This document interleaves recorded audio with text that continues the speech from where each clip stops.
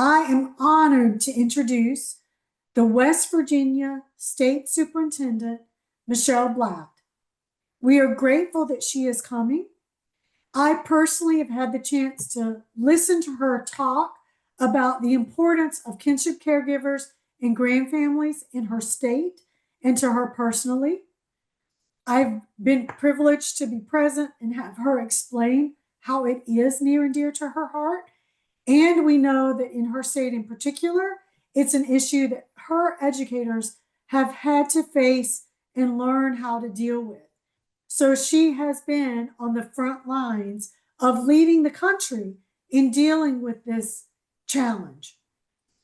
I know she cares about it, and I want to let you know that she's a person who comes to this work, who is a superintendent, who's been a classroom teacher and a principal and a leader at the department, the state level department, before she took the helm to become the state superintendent. So all the roles she has played has uniquely prepared her for this leadership role she's taken on now. She is known for school turnaround, sometimes called school improvement. That's a passion project. And she's also known for supporting district and school leaders. So training leaders is something that's been an area of focus for her.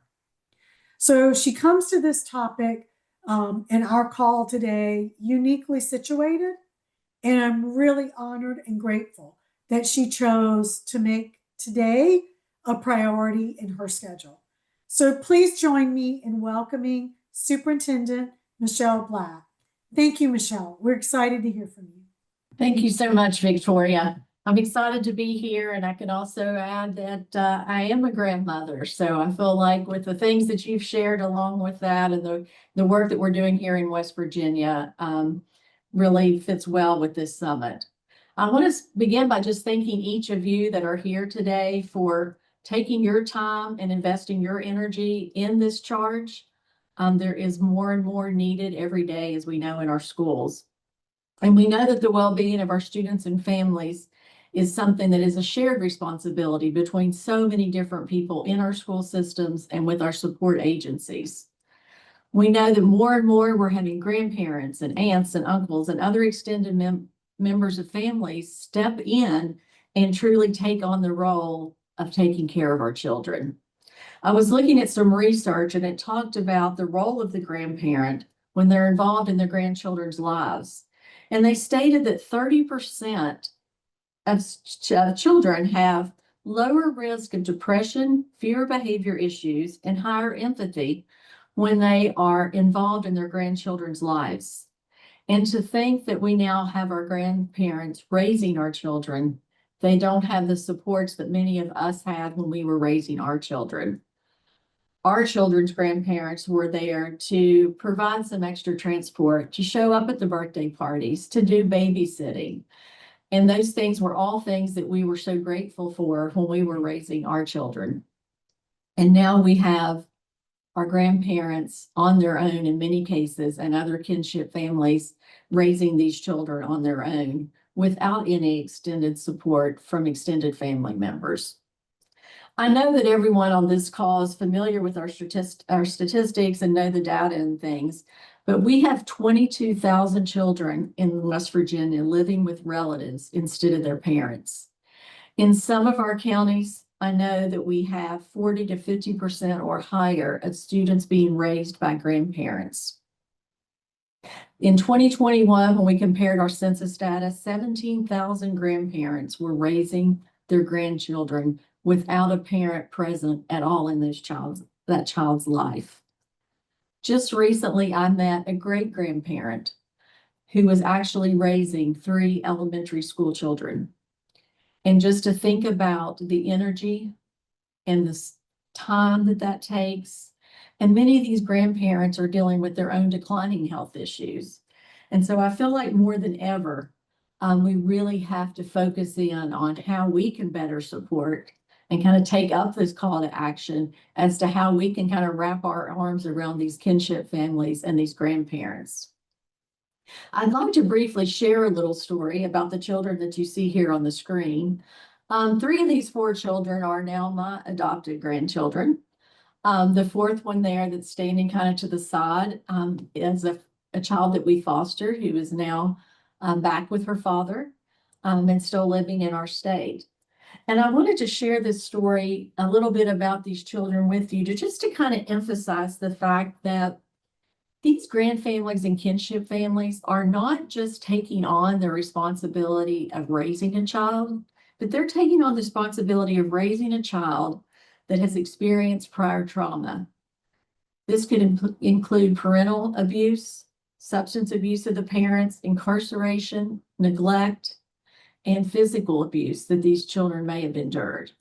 And so we're not just taking on the responsibility of a child who's had the perfect upbringing and has all the emotions and all of the things that we deal with when we think about our children or grandchildren or nieces and nephews. These grandfamilies and kinship families are taking on children that have really experienced a great deal of trauma in their lives. I thought I knew a lot about trauma and these adverse childhood conditions from being a lifelong educator and from working in the school systems, but not until I started having the connections 24/7 with the children that you see on the screen did I realize the supports, the counselings, the therapies, all of the things that go into play that these children actually need, that these grandparents are stepping up and raising. If you look real quickly there on the screen, if you look there to the left, the little girl, the blonde, on the left side, she's been a member of our family since she was 5 days old. The little boy was almost 4 when we received him. And the third little girl that is still with us there, she was a little over 2 when we got her. I've looked at how these 3 children handle situations differently. The blonde, Abigail, is energetic, will share. She's a typical kid. She'll, with the way that she interacts with others when there's a disagreement. Then you have the little boy who went through a great deal of trauma, has some health issues, and takes everything to heart, and everything's personal. And it's always the, well, you hate me and you're not caring for me. And then Mia was born with fetal alcohol syndrome. And so her reactions, whether they're for joy or anger, are really amplified when we start thinking about how to handle that. And so I think it's important that we all realize the different types of children that these kinship families and these grandparents are raising. The amount of time that it takes to adjust to routines and the work and the things that it takes just to get them to school in the mornings. Our little girl that's now back with her father, she could tear up a classroom in a very short period of time, but give her 2 weeks of a routine and an understanding that the people care about her, and she became a different child. And so I think it's really important that when we start building these supports and we think about the things that our students need that are coming to us through kinship families and through grandparents, is that our grandparents and our kinship families, they need additional support on top of those regular parents that we serve all the time. And so we have a lot of resources available to support our families. And if you could turn to the next slide, I'll highlight a few of those for you. Many things that we do are resources that we've created across the state to really make sure that all of our families have the resources they need. You'll see a lot of opportunities there tied to our literacy and our numeracy goals and our behavioral health goals. But I want to spend a little time focusing on our Communities in Schools program, because this is a program that not only supports our children, but it supports our families. And I think it's important that we all are aware of the resources and the tools and things that this program can provide. Just this year, we've been able to provide over 2,000 hours of family engagement supports across our core areas for Communities in Schools. And those core areas are family advocacy, supporting families in navigating the school systems, how to access community resources, and then addressing any barriers that child has to success. And I think these are the key things that we have to do for our families and our kinship families. We have to help them navigate these school systems. We have to help them understand what resources are available and how they can connect to the ones that not only the school system has to offer, but also that our community partners have to offer. Another area that we play a big role in is the family events and celebrations and our education workshops. We try to do a lot of things to bring in the families to the different parts of our school. You know, we have a lot of grand families that don't understand the current techniques and things that we have for reading and for writing. And so it's critical that we continue to find ways to engage them. And our communities and school site coordinators have done a wonderful job of creating these family engagement events and making sure people understand how to connect to these different areas. Another group that's been very instrumental with a lot of our families, especially in kinship care and with the grand families, has been our legal aid for West Virginia. They created a lawyers in schools program that has been very beneficial to help parents as they're dealing with different issues in the court system when it comes to these agreements and custody things that our students or that those families are facing. And so the ongoing communication that our schools provide, not just from our specialists and our teachers, but our communities and school site coordinators, is really, I feel like, starting to make a dent into the work that we're trying to do in the schools, which is to increase our literacy and numeracy goals, decrease our chronic absenteeism numbers, and make sure the supports are there for our teachers so that they can deal with the behaviors and things that they're seeing in some of the children that are brought into our schools. Another thing that our communities and schools program has done, and many of our central office staff have been able to do, is some home visits to our families. And sometimes that makes all the difference in the world if we're willing to meet our families where they are. Sometimes coming into a school is a stressful thing for people who have not had a good experience in school.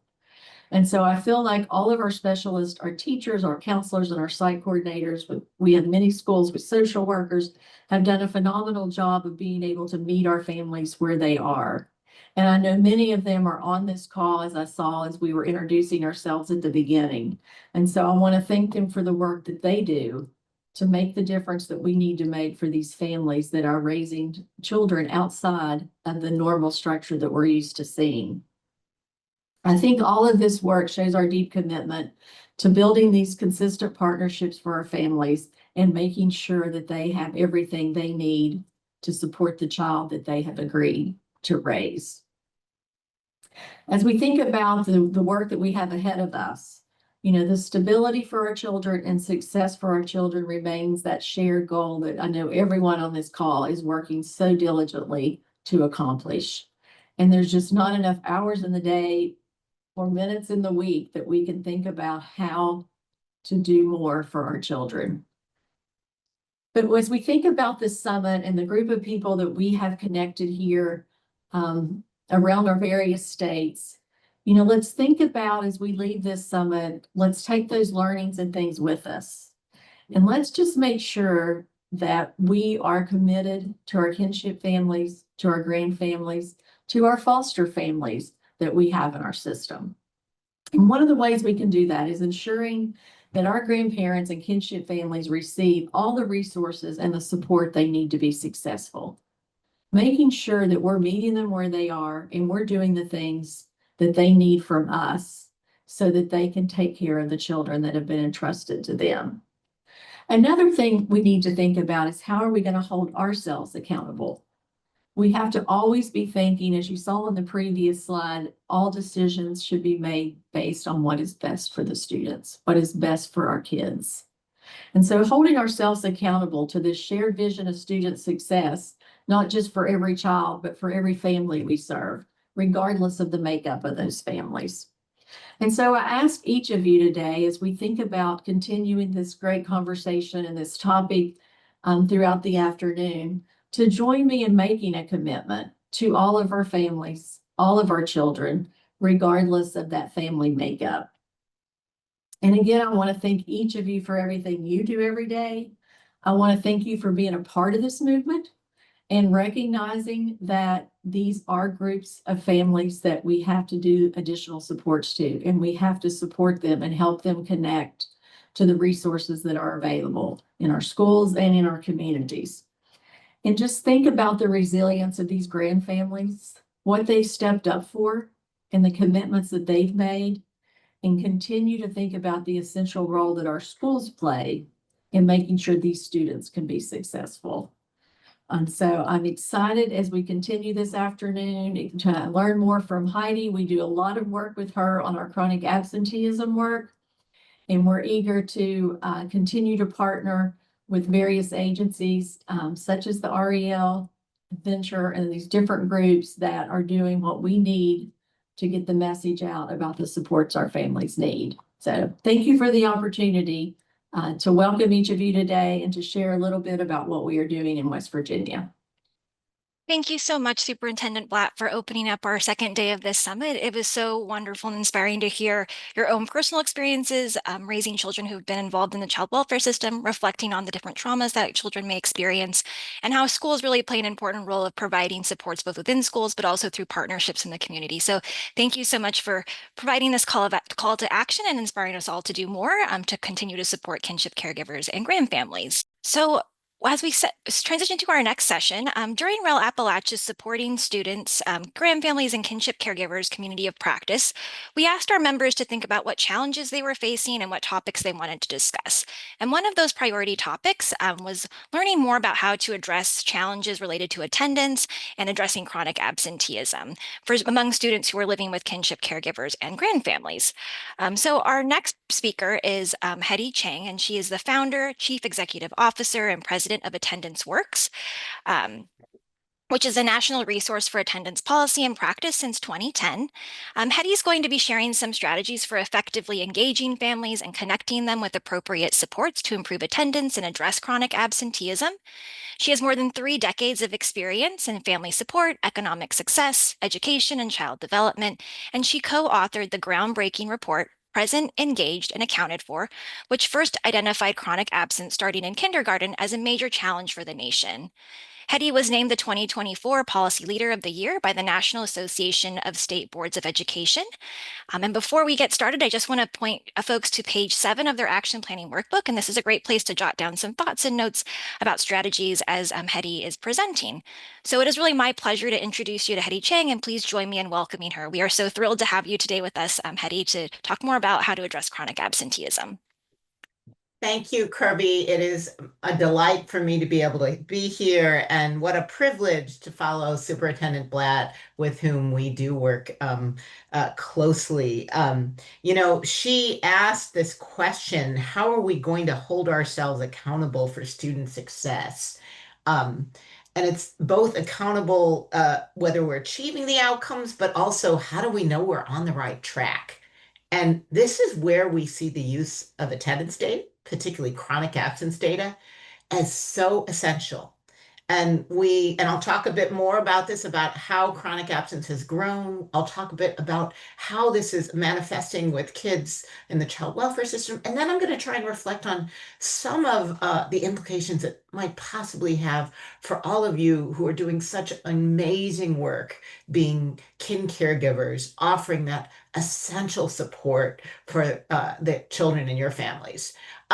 So the keys to this are both using relationship and also using data. And let me go to the next slide for a moment, because while this is a little bit wonky maybe, I think it's really important to know that we've had a lot of different attendance metrics out there in the world.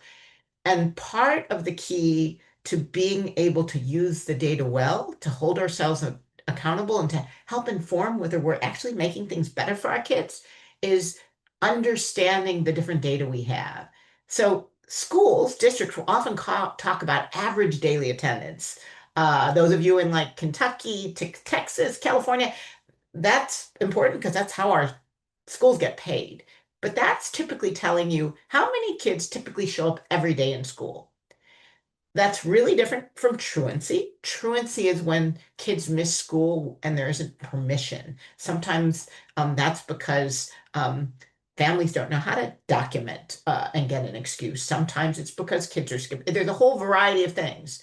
And it typically, and this is how we've organized our work as around attendance for probably a couple hundred years as a nation, it's like focused on, well, if kids aren't showing up because somehow they don't understand the importance of school, and if we increasingly threaten them with more, a lot of times, or increase intensity of action, we can just get them to show up to school. But it's focused on unexcused absence.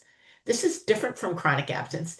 Was trying to look at how many kids miss too much school, don't care whether it was excused, unexcused, suspension, but missed so much school, and we typically define that as missing 10%. So just missing 2 days in the first month, 4 days in the second month, 6 days in the third month, too much school, so that's actually affecting their well-being and their learning. And it's a recognition that when kids miss school, that can be a sign of trauma. And when trauma has happened, the key is not to say, what's wrong with you? But what happened? How can I help you? And the key to improving attendance and reducing chronic absence is actually cultivating family and student engagement. If you go to the next slide, you can see that nationally, so this is for all kids, not just kids in caregiver situations or in the child welfare system, chronic absence has been a real challenge. It went up from about 16%-ish if you kind of averaged it pre-pandemic. The data on 20 and 21 is a little suspect because we weren't very good at tracking attendance, but it nearly doubled, and it's going down, but it's still way too high and much higher than the pre-pandemic. I will say that some, like West Virginia, which has been doing an amazing job of reducing chronic absence, you are seeing like that state, they went from 20 to 29%, and they're now down to 22.8%. So they're almost close to their pre-pandemic norms. So it shows that while it's doubled, you can decrease these levels. And if you go to the next slide, what we know that it's especially high for kids in foster care, about a third higher for kids in foster care than for kids who aren't. And if you go to the next slide, we know that the consequences of this are really challenging, because when kids miss too much school, starting even amongst our youngest learners, it can mean children aren't reading proficiently by the end of third grade. They have lower achievement, higher suspensions in middle school, are more likely to drop out of high school. But it's not just the academic outcomes, it's their educational engagement, social emotional development, executive functioning. Lower chronic absence in kindergarten is actually associated with less development of executive functioning. So this matters for our kids for a whole variety of reasons. And if you go to the next slide, you can see that what we know, though, as I mentioned before, is that the key to reducing chronic absence is finding out, why are they not showing up to school? Is it barriers? They're struggling with chronic and acute illness. They have family responsibilities. They have housing or food insecurity. They don't have access to transportation. Is it aversion? Because what's happening to school? Kids feel bullied. They don't feel connected. They feel anxiety. Maybe they missed out on key learning and now they're struggling to catch up. And because they're embarrassed about that, they actually don't want to be in school. Maybe their caregivers had negative experiences in school, and so that's influencing how they think about school. Is it disengagement because they feel it's bored, they don't understand the relevance of school, or they're not connecting to peers? Or they're not seeing how they can possibly graduate, or is it misconceptions? And we've always had a challenge of missing that folks don't see. Just missing 2 days a month can be a challenge. And then now folks may not recognize that just turning in information digitally might not actually be sufficient to have that learning. Or families who now we're still pretty confused by all what happened during COVID. So families often think, oh, I need to keep my kid home for any reason of illness, when, for example, stomach aches might be a sign of anxiety, which actually sometimes with anxiety, if you keep kids staying home, they're even less connected to kids, even farther behind. So they're even more anxious. When anxiety is the case, you got to find out the source of the anxiety, which requires often still showing up to school and addressing it, not keeping them home. But because we think that we should keep kids home because we're so fearful and don't understand where our illnesses that do require staying home and illnesses that are like anxiety or allergies that actually where we should still keep kids showing up to school regularly, we may be seeing we are seeing higher and much more elevated levels of chronic absence. And if you go to the next slide, what we're seeing is post-pandemic school climate. Do kids feel safe? Do they feel safe in and around school? Do they feel safe from bullying? Do they feel connection to peers who, in fact, and the blue, sorry, the dark blue here is how much this mattered for attendance pre-pandemic. The yellow is how much this matters post-pandemic. You can see these connections around school climate, whether or not parents trust what's happening with teachers, whether kids trust their teachers. Those things matter more than ever before. And if you go to the next slide, you can see, and then click it again, please. What they found was that essentially, if you have two kids from the same neighborhood with similar backgrounds, and one goes to a school with really positive school climate, and another goes to school without that positive school climate, even though they ostensibly are of similar background, the kid who goes to the school with the positive school climate has much better attendance. We sometimes think that attendance is all about what happens externally to school, but it is not just that. It's about what happens in school and how we forge those connections. And I think for kids who are with kin caregivers, one of the questions for you as kin caregivers is how do you ensure your kids are in a school where they feel that connection? If you go to the next slide, what we know is that kids show up to school when they feel physically and emotionally healthy and safe, when they feel a sense of belonging, connection, and support, when they feel academic challenge and engagement, when they have adults and other students who have the competence to invest in those relationships that make that possible. And this may be especially true for kids who've been in the child welfare system, who are with a kin caregiver, who particularly want the acceptance in school may feel really important for them feeling motivated and connected to show up to school. And if you go to the next slide, one of the things, this is true for all kids, but again, maybe especially important for kids in kin caregiver situations. What makes kids show up to school is student connectedness, or motivates them to show up to school, rather. When they think there's an adult in the school who cares about them, when they have a supportive peer group, when they're engaged in an activity at school that brings them meaning and joy, when they feel seen, heard, and welcome. I want to go to the next slide for a second, and I want to invite all of you who are on this call. What have you done? Or what could you do? How could you support student connectedness for the kids in kin caregiver situations, for your own kids if you're a kin caregiver yourself? What are the things that you could do?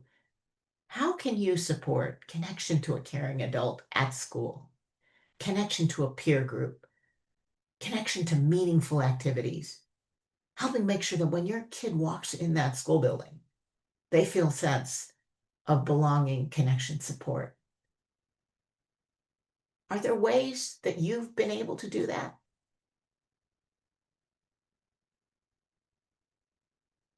I'm going to do the pregnant pause for a second. would love if folks could share.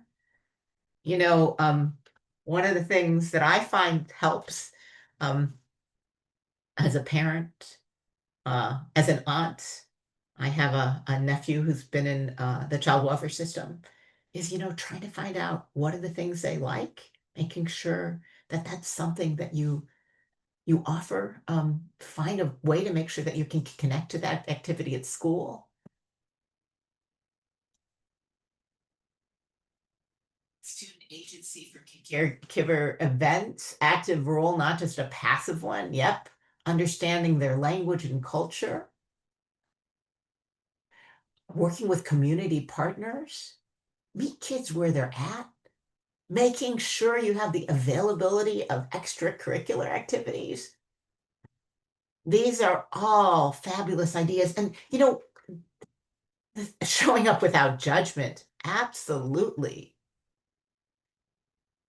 So I am going to just leave you thinking about that for a moment and then go to the next slide and talk about what we really need to be looking for is schools and offer and equipping and supporting our schools to offer a multi-tiered system of support that starts with those positive conditions of learning. Make sure we have universal prevention where when a kid misses school, they're reached out with care and respect and said, we missed you. Making sure that kids can have early interventions, and making sure that for the kids who might need the most intensive interventions, often which might be kids who are in caregiver and child welfare situations, get even more intensive supports. And if you go to the next slide, this is something if you have schools in your community that your children are going to, you can encourage them to take a look at our resources, take a look at our website, and have them think about how do they do this for all kids, but including how do they also do that for kids who are in caregiver situations. So how do they make sure on the fundamental level that they're offering schools, they are creating healthy learning environments, creating welcoming, safe schools, making sure there's access to food, you know, basic needs. So there's some examples of what puts in place these positive conditions for learning, or making sure that there's opportunities built into the school for kids to connect with each other, whether that's enrichment in clubs, buddy systems, making sure that when kids can't get to school, they have access to high quality tech and resources so they can easily connect back into the classroom if there are big challenges. Making sure that there are restorative check-ins, both for kids, but for adults. And then if you go to the next slide, there's a whole set of universal attendance supports. I think you're hearing this thing about love notes. That is a universal attendance support. It's clear, consistent communications, noticing when kids show up, making sure kids understand what they missed when they aren't in school, making sure that everyone in a school environment has a plan for how do they get to school even when things are tough. If you go back to the next slide, it's making sure that when your school is messaging to your families, that they're talking in positive, respectful tones, that they're not chastising families, but really setting realistic goals and helping everyone make sure that when kids miss school, they know what happened, and can have ideas about how they can support their kids getting back to school, and that all the teachers in a school are equipped to support this. And if you go to the next slide, one of the things that we're seeing has really needed to happen is for schools, for places to really think how they notify families when kids miss school. In California, which is where I live, we had mandated language that required when kids missed 3 days unexcused to say that you might threaten kids and families with court. That doesn't create relationship and engagement. That creates alienation and fear. And when we tested out notifications that simply said, hey, your kid missed these days, we're worried about them and we want to help you. Can we help you? That had a 40% better result than if you started with blame. And again, if you go back to when families have experienced trauma, their kids are more likely to miss school. The last thing they need is for their first kind of connection to the school to be one with blame. So if you're seeing notifications that are problematic from your school, one question can be, how can you help your school adapt better notifications, understand that starting with caring and understanding is key. And if you go to the next slide, the other thing that you all can have and do and use is we have a whole set of things that people can think proactively. How do I have a help bank? Who are my helpers to get my kid to school? How do I think about preparing kids? These are also things that help create connection. Um, Making sure that everyone has does what they can to sort of emphasize and support a routine to going to school. And if you go to the next slide, I had mentioned the issues of health concerns. We also have on our website is meant to be a free giveaway strategy, lots of resources for helping you understand um, when you show up to school, and when do you need to stay out of school because of health related concerns. And then if you go to the next slide, the other thing we offer a lot about is what are sorts of early interventions. So again, if you're a caregiver, you may want to consider, are any of these in place at your school? Are any of these things you could ask for? Uh, or can you show your school these are kinds of resources that they could be offering? Um, and then and the next thing I would say, if you go to the next slide, you might also want to make sure that as a caregiver or finding out whether your schools offer that, when kids have faced a lot of challenges, what they really need are engaging, fun opportunities. So if you have expanded learning, like summer programming, how do you make sure your kid goes to that program, uses it an opportunity to develop a routine of school and connections to other kids? Because that might be something that can then translate into greater supports when it get to the school year. And then the next slide is really about how there might be intensive support that it works across agencies to really support the well-being of students. And I want to talk about a program model. If you go to the next one, this is a compassionate education systems initiative they had.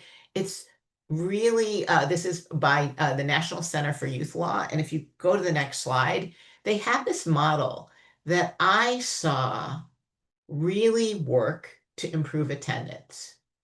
And what it really involves is making sure that you have, when each of the systems, the family system, the education system, the child welfare system, a champion who cares about that kid.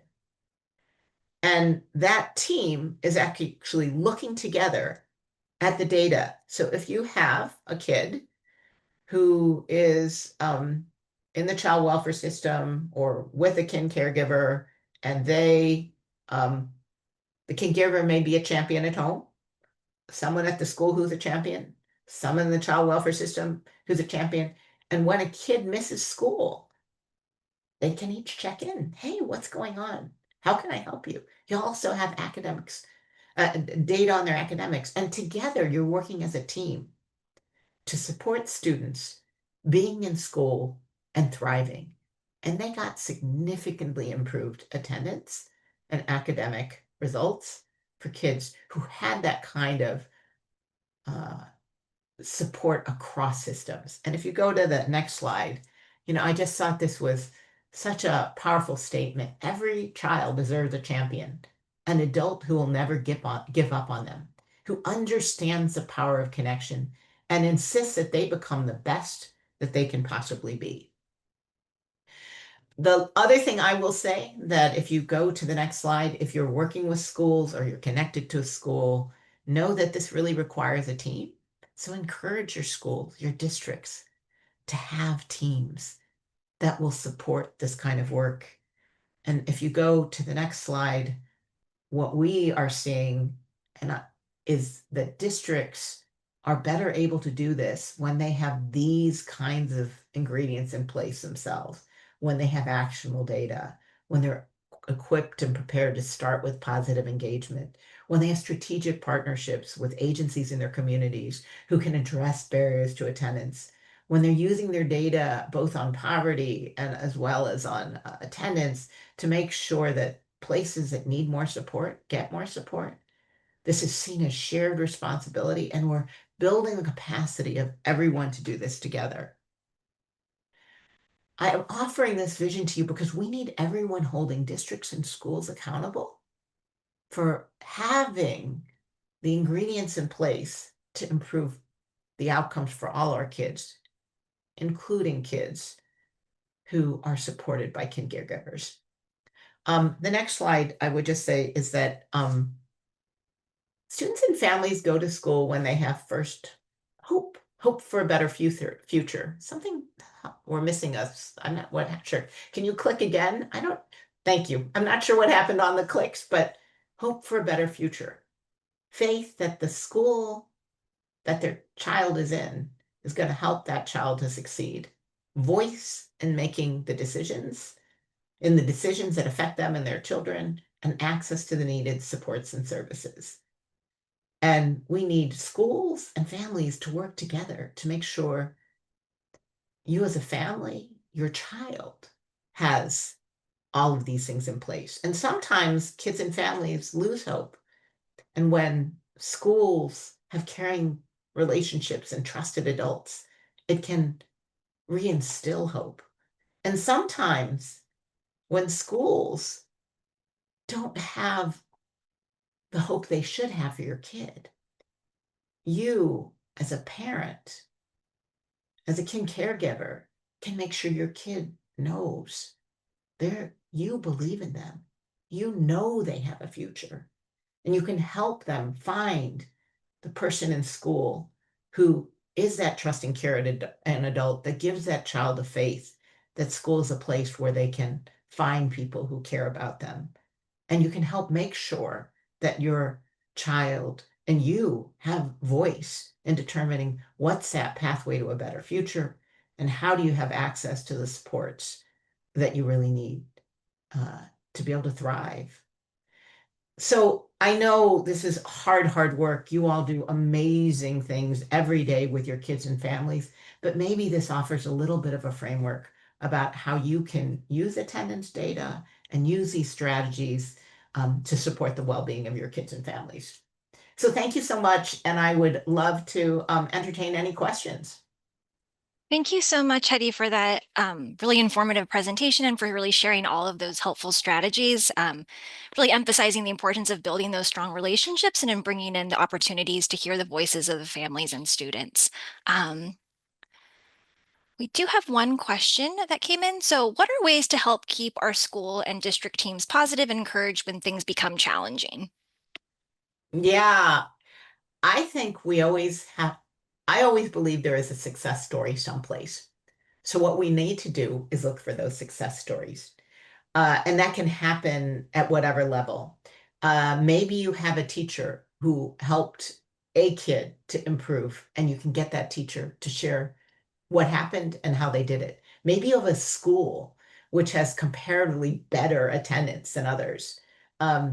It's when we share those success stories and then try to talk about how we as systems can support them and make sure that other people can repeat them.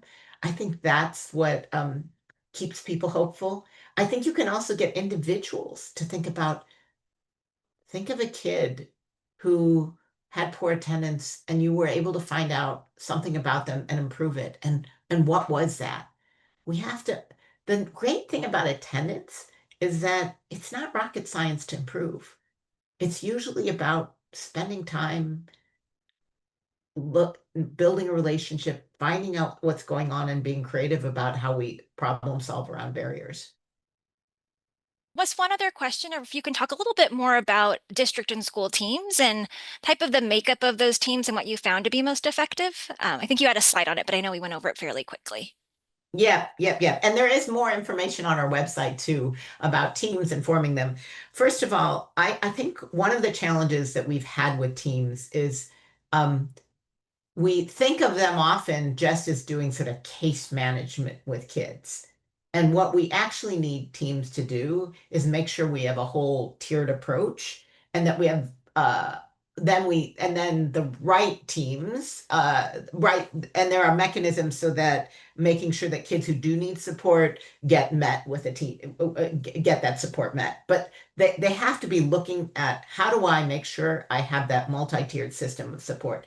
Because that's the case, you typically need to have a principal or on the school level, or at least an assistant principal helping to organize the team.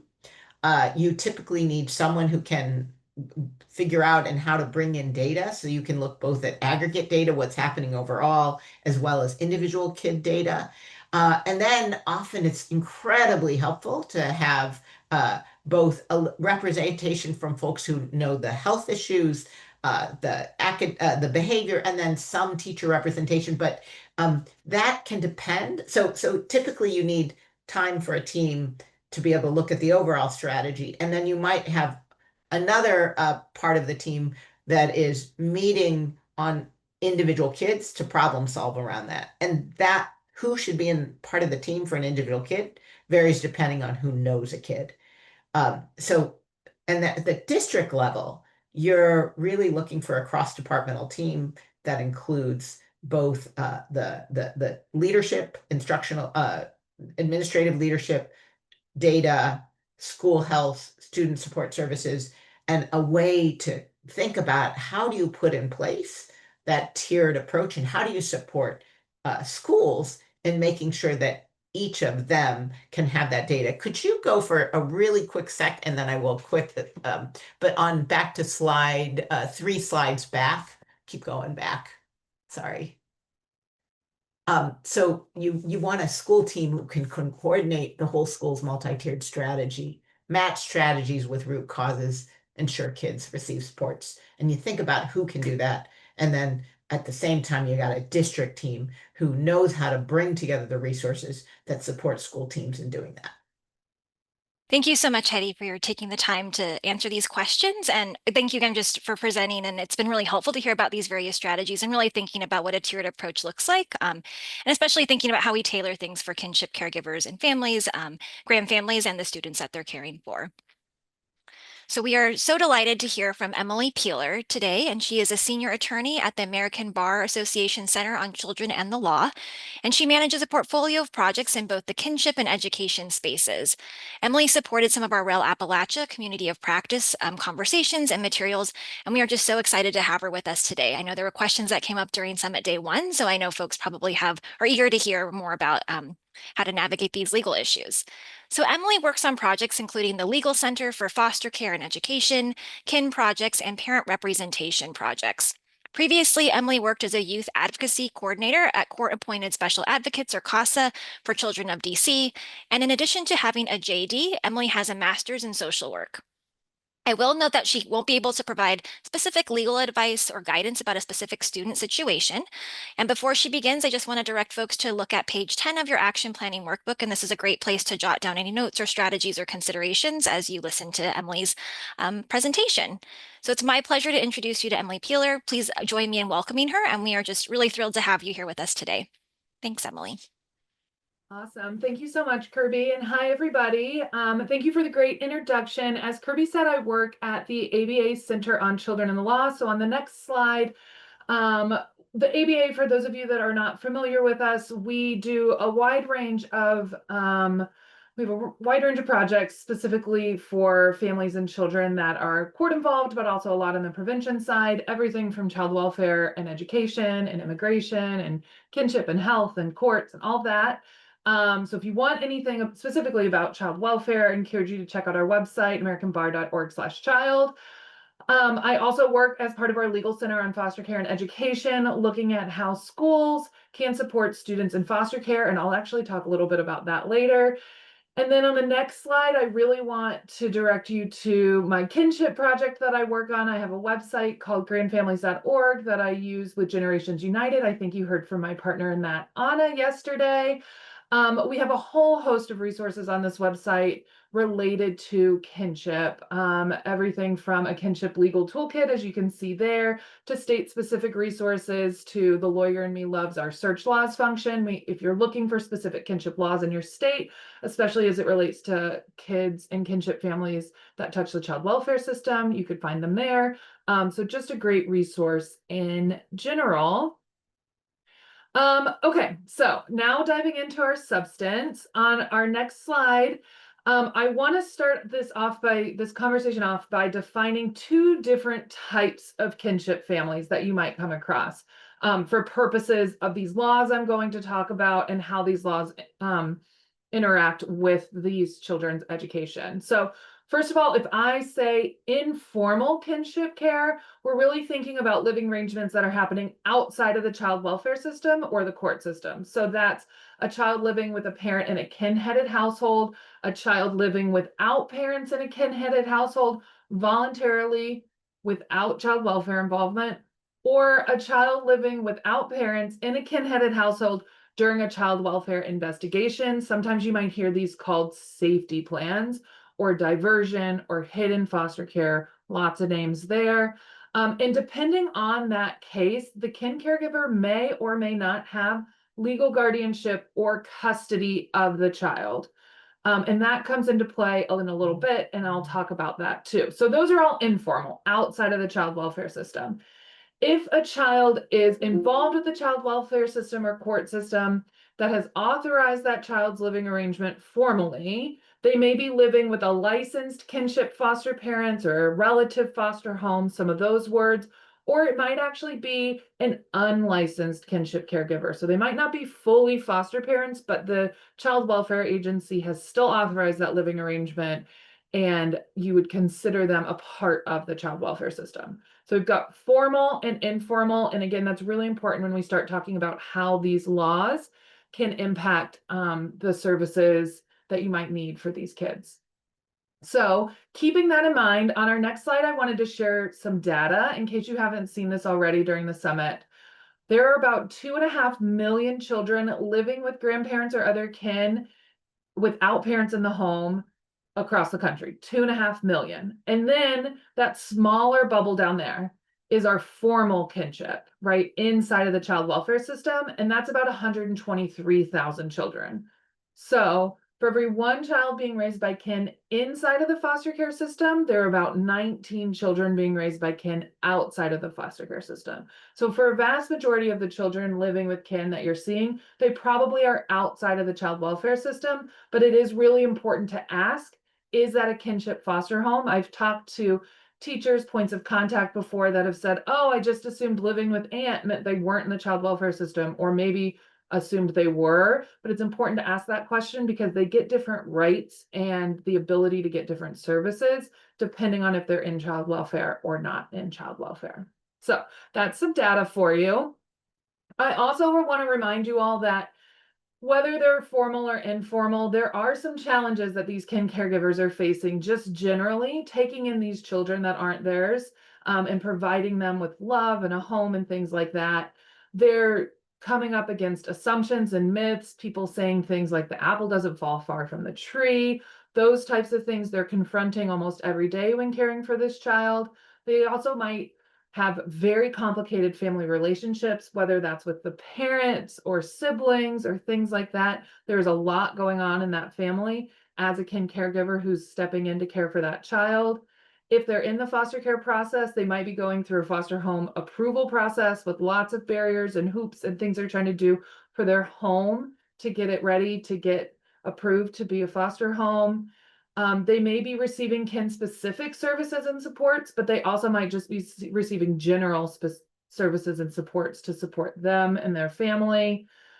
Often they don't know what legal relationship they have with their child. It's not automatic the way it is for a parent. So they might not have the right information to know, am I in the foster care system? Am I a safety plan? What's going on? And they also kind of have a fear of systems, especially that government system that might be coming in and telling them what they have to do so that their grandchild can live with them. Sometimes they struggle with housing, especially if they're trying to become a licensed foster home. They have to have a certain amount of rooms and things like that. They often lack access to legal services. We see very little legal representation of kin caregivers. And we do see that if they do have legal representation, often there are better outcomes there, whether that is getting that legal relationship, that court order that allows them to do things, or advocating within the child welfare system. And then, of course, we have to keep in mind the mental, physical health of the child and the caregiver. So these are general challenges for kinship caregivers, but there's some education specific challenges that they may be facing as well. Of course, they're trying to meet all the basic needs of the children, managing the effects of trauma that led to the removal from their parents, or that separation, that need to live with that kin caregiver. But they're also entering this school world where they're trying to potentially address disabilities, special education needs, those legal barriers that they might have to getting them enrolled into the local school, communication barriers between schools, kinship caregivers, maybe other service providers. There's a lot going on. So if we can figure out how to support those families, we can help them be successful and have those students be more successful. So I'm going to talk a lot, especially about these barriers to education enrollment and barriers to special education needs. And thanks to our partners, we actually have a really nice chart on the next slide talking about the types of decision and the relevant laws that you might want to look towards for it. So often for these students, we might be thinking about enrollment, how to actually get them enrolled in the school, transportation, school activities, extracurriculars, all of that. For those types of decisions, we're going to talk about McKinney-Vento and the Every Student Succeeds Act. We might also have some state laws there too. Then there's also special education, where we're going to look to IDA, the Individuals with Disabilities Act, to try to guide some of those decisions. And then there might be other decisions, things like absences, disciplinary actions, trying to figure out if they can enroll in special classes or programs at your school. And for that, we really want to look at the reasonable and prudent parenting standard. That reasonable and prudent parenting standard is applicable specifically for kids that are in the child welfare agency, and it kind of goes across all of these decisions too. Okay, so diving right into the McKinney-Vento Act. Hopefully you all have heard of this act before, but you usually hear about it as it relates specifically to homeless students.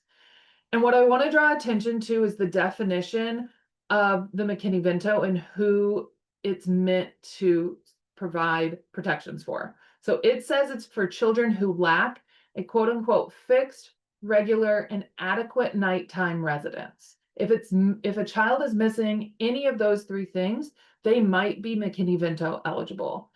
If they are McKinney-Vento eligible, they're going to get immediate enrollment in a new school, even if they don't have normally required records, continued enrollment in their school of origin if it's in their best interest, and that includes transportation if necessary, access to academic and extracurricular activities, and free school meals. So remember when I was talking about informal kids, right? So this wouldn't apply to a student who's in foster care living with kin, but it might apply to that situation I was talking about where a child is living with a kin caregiver because the child welfare agency has said, we need to do an investigation. This is going to be temporary. We don't know how long you're going to be here. To me, because of the unknownness of that situation, one of those students might be McKinney-Vento eligible because it's lacking that regular and fixed nighttime residence, right? Because of the unknownness. And really, we know through data that every time a child moves schools, they're going to do less. They're going to have worse education outcomes. Sorry for my stumble there. So we want to try to keep them in their school of origin. I think that's the most important thing here to think about, right? If we can keep them in their school of origin, that's really great and might help them be academically successful now and later on down the road. So take a look at that. McKinney-Vento, of course, determinations are down to that McKinney-Vento liaison at the school district. They're the ones that have to make that call. But think about if that student might be McKinney-Vento eligible.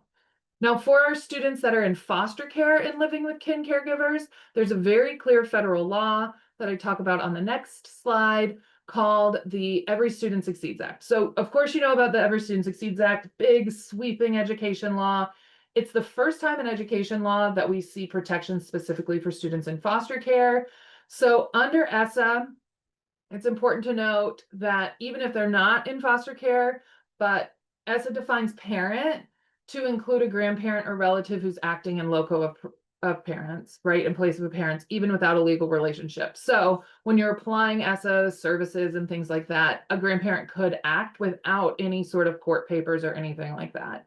But for our kids that are in foster care, they get some very specific protections that look a lot like McKinney-Vento. If it's in their best interest, they can stay in their school of origin with transportation provided, arranged, and funded. If they are going to move school, it's not in their best interest to stay in their school of origin. They also get immediate enrollment, even without normally required records.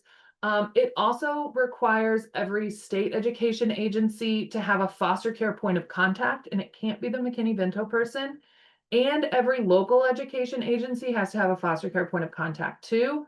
And though all of those people can assist you in supporting any children, students in foster care who are living with caregivers or grandfamilies. So that's our inside, that's our formal. McKinney-Vento is a maybe for our informals. And so on our next slide, we really talk about how do these laws impact school stability and enrollment. You saw it on the slides in the laws itself, but if they're in child welfare system, there's going to be a best interest determination. Kin caregivers should be a part of it, should give information about how the child feels connected to the school, positive relationships, extracurriculars, their current feelings about school. Remember that kin caregivers see these kids every day, so there are a wealth of information if any education decisions are being made about that student. So keep that in mind, that right to stay in their school of origin, and that a kin caregiver should be involved. If they're informal, so they're not in foster care, ask, do they qualify for McKinney, right? And then if they're getting enrolled in a new school and they're not McKinney-Vento, really look at your state and local laws and policies and think about, does that kin caregiver have a delegation of power? Is there an education consent form or something similar? Is there a document that that kin caregiver can sign that can allow them to enroll that child? Or are you going to require them to have legal custody of them? So look at your school district policies, your state policies, and see how that looks for enrollment in that new school. I want to talk about special education really quick and IDEA. The definition of parent in IDEA is really flexible when it comes to thinking about who can make special education decisions. It specifically says that if the biological or adoptive parent is attempting to act, that you've got to look towards that parent if they're trying to act. If there is no parent attempting to act, you can look at the foster parent, you could look at a guardian, the adult the child lives with, that in loco parentis, or a surrogate parent, right? So there's a lot of different ways a kin caregiver could be the one signing IEPs, making special education decisions on behalf of the student as a parent. But again, you have to default to that parent if they have that legal right. The other thing here is that if there is a court order giving that person, that also kind of trumps everything too. So if they have that legal custody that specifically says they can do education, then that's going to trump that as well and get them in there to make those decisions. So look at the kin caregiver's legal relationship, but also you can look towards IDEA to support it. This slide just has those exact citations and that exact language in it. Okay, on the next slide, I talk about the reasonable and prudent parenting standard. Again, this is for students who are in formal care, so they are in the foster care system. This federal law, and it's really been, you probably have a state law that says it too and echoes it, says that the reasonable and prudent parenting standards allows foster parents to make decisions considering the child's best interest, their age, their development, their safety, those day-to-day education decisions a foster parent can make. Things like permission slips, excused absences, time-sensitive decisions, academic support services. So if they need to enroll in tutoring or anything like that, the reasonable and prudent parenting standard allows a foster parent to make those types of decisions for students who are in foster care. And that would allow that kin caregiver, whether they are a licensed or unlicensed, they would be able to make those decisions. So I just said a lot. On our next slide, our wonderful friends at REL Appalachia made this chart that really walks you through, I think, the informal side of things, because that's where it's really complicated. So it starts with, what is the situation that you're looking at? Are you thinking about enrollment? Are you thinking about special education? Or are you thinking about permission slips, discipline, absences, those sorts of things? And then you can go through the flow chart and ask things like, is there an affidavit that gives them that? Do they qualify for McKinney-Vento for that? Do they meet the definition of parent and IDA? And then kind of how to proceed with all of those. So that should help you, that should distill everything I just said into a simple flow chart to help you in a day-to-day situation when you're working with the kin caregiver, figure out what type of services, if they're not in foster care, you may be able to do depending on their legal relationship. I also wanted to highlight some resources on the next slide that might support you all as educators working with kin families and kin families themselves. Several states, a lot of states have kinship navigator programs that can also help kin caregivers navigate all of their different legal relationships, things like that, go get custody, all of that. So definitely encourage you to be familiar with those kinship navigator programs and make that referral if they haven't already been there. Identify and collaborate with points of contact. There's McKinney-Vento liaisons at every school district. There should be a foster care point of contact at every school district. Your state definitely has a foster care point of contact at the state level. Sometimes they even have regionals. So definitely encourage you to get in touch with them. They can help you understand the ins and outs of kin as well. Use any state and local guides you might have, or you could create one. Hopefully you all have school attorneys. Engage them when appropriate as well, especially when you're navigating enrollment and things like that. Sometimes state laws can get really sticky. And then encourage schools to use caregiver affidavits. It's possible some of your states, I think, have state templates of this. Some school districts have state templates of this. But on the next slide, I really explain what these are. And I think that they really help clarify a kin caregiver's ability to do things. So for a student who's not living with kin, or who is living with kin, not in child welfare custody, so informal kin caregivers, state or local education agencies might have these things called consent forms, caregiver affidavit that can allow that kin caregiver to enroll the child in school, become the legal contact for the school, including for truancy and discipline, make some school-based decisions, especially around special education, give medical approval, all of those things. And basically it's a form saying, I'm the kin caregiver, I'm going to do this for you. Like, I'm going to sign it and say, yes, I promise I am taking care of this child, sort of thing. Sometimes they're time limited. Best practice would be that it doesn't require a parent signature to go along with it, because that's a barrier for that kin caregiver. But sometimes they do require a parent signature. Sometimes they require them to be, oh my gosh, sorry, I have mom brain. But sometimes they require them to be official signatures and only last 30 days, that sort of thing. Look into these consent forms. If your school district doesn't have it, I definitely encourage you to create one. I have a link on there. We are friends at Generations United on grandfamilies.org. You can check to see if there's an education consent law in your state that talks about getting these permissions. So look into that if your school district doesn't already have it.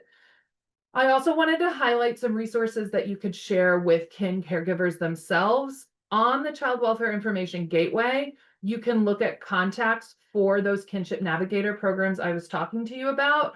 The Child Welfare Information Gateway also has those if your state child welfare agency has an education point of contact, you can find that on there as well. I created a tip sheet for kinship caregivers themselves, kin caregiver advocacy, and inside and outside of the child welfare system. And then if you go to grandfamilies.org, we do have a page that outlines all of the information about kinship navigator programs, kind of an overview of what they do and where they are in each state. And then Some resources for you as an advocate for kin caregivers, as working with kin caregivers. On grandfamilies.org, there's a role of kin caregivers education. That's the same resource, but it is, again, you could use it or a kin caregiver could use it. And it actually, we have a handout that you could even print for kin. Grandfamilies.org in general is a great resource for you.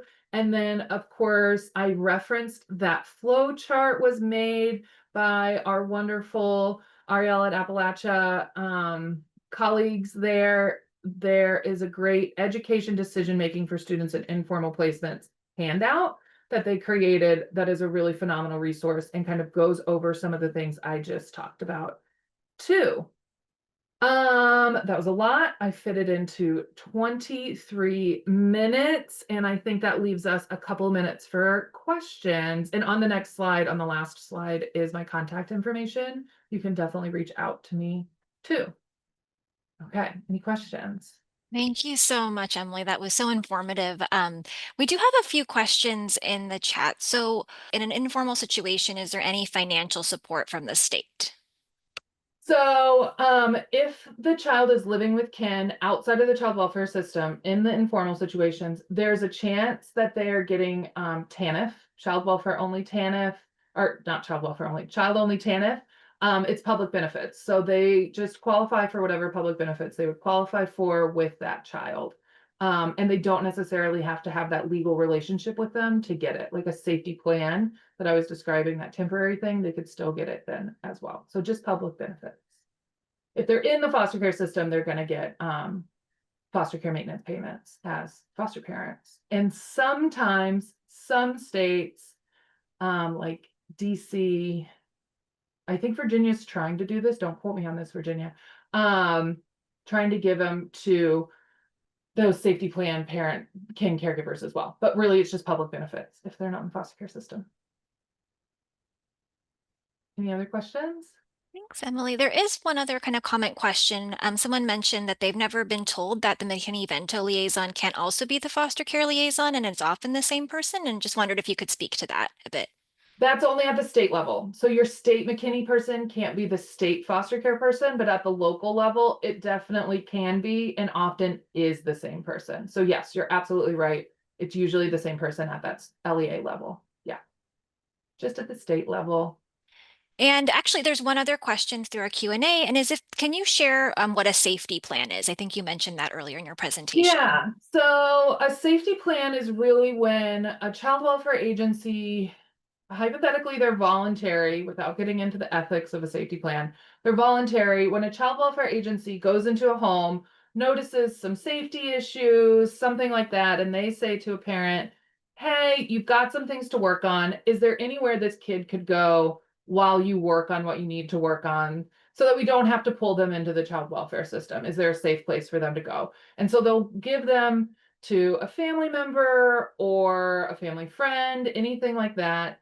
And sometimes there's what's called a kin caregiver agreement, a kin caregiver arrangement. Kin caregiver and parent might even sign a form that says, yeah, I'm giving temporarily my child to this caregiver. And then they stay there, ideally while child welfare does their investigations and decides, okay, does this child need to come into foster care or can they remain with their parents? The problem is with these is that they're really meant to be temporary, right? 30 days, 90 days, things like that, which is why I think McKinney would apply to them because of their temporary nature. You don't want to pull them from school for that minute while mom goes to rehab for a minute or cleans her house for a minute, right? And then send them back 30 days later. The problem is sometimes child welfare is like, no, they're fine. They're living with a relative, so they're safe. And that's where you kind of have to keep an eye on it and say, okay, it's not McKinney anymore. They've been living with this relative for 6 months. It's probably a more permanent arrangement, but it doesn't have any sort of legal bearing. The way that if they come into foster care, they're squarely in the custody of the child welfare agency. If you're just putting them with grandma and you're telling grandma it's only going to be for a few weeks and it turns into 6 months, grandma doesn't necessarily realize all of her options legally to get custody and things like that. Child welfare agencies sometimes just kind of leave them there. But it's meant to be a safety plan and it's meant to be temporary. I hope that answered your question. On grandfamilies.org, we have a kinship diversion page that can tell you a little bit more about that. And I can actually drop that in the chat too. Thank you so much, Emily. This was really informative. I know everyone found this really helpful. Thank you so much for taking the time to be with us today. I'm now going to hand things over to Kayla Benson, and she'll be facilitating our panel discussion on how districts, schools, and community organizations are supporting kinship caregivers and grandfamilies. Thanks so much, Kirby. And thanks, Emily. That was wonderful. I always learn so much from you. Okay, so to close out the summit, I'm really looking forward to facilitating a discussion about how districts, schools, and community organizations are supporting kinship caregivers and grandfamilies. And before we begin, I want to direct you to page 11 of your action planning workbook to capture any notes, strategies, or takeaways that you might jot down from the panelists today.